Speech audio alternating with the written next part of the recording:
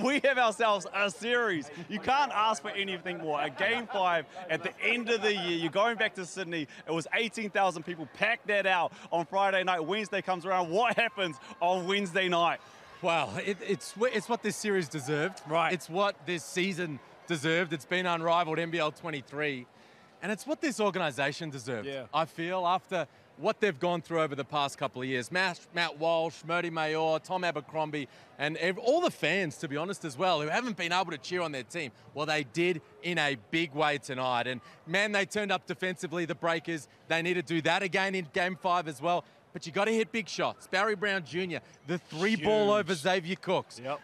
Will McDowell-White, floaters in the fourth quarter, and Jarrell Brantley. Those three combined for 60-plus points. So if they can get that going again in Game 5, the Breakers might hoist this trophy.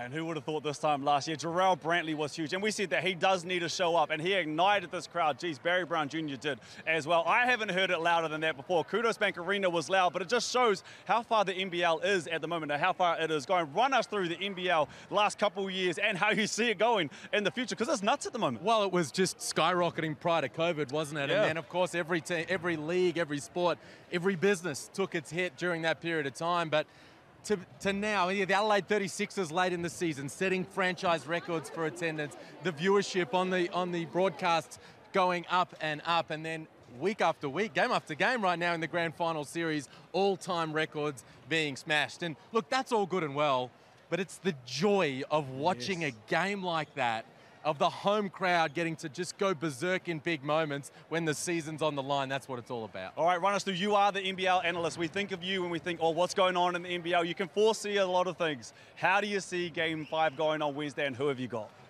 Well, I called the Breakers in advance of this series.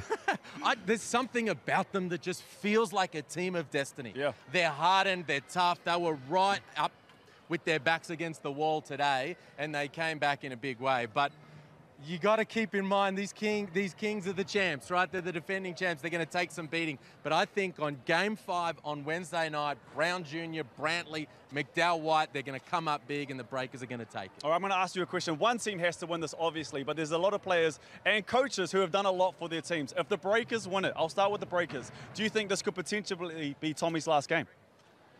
Oh, geez. I would hate to think so, because we love Tom Abercrombie being on the hardwood in this league. You talk about the four-time champion, the all-time franchise leader in games and points. And to think he came up with 6 steals today when it was all on the line. At 35. Mika Vukona for all-time number of steals in a championship game. I mean, you talk about Mika. We're talking about Mika in a Breakers arena. You're in unbelievable company. So they needed him to step up big. Win or lose, I'd hate to think he's going to hang him up. Well, Game 5 is on the way Wednesday night. Boys, we'll throw this one back to you.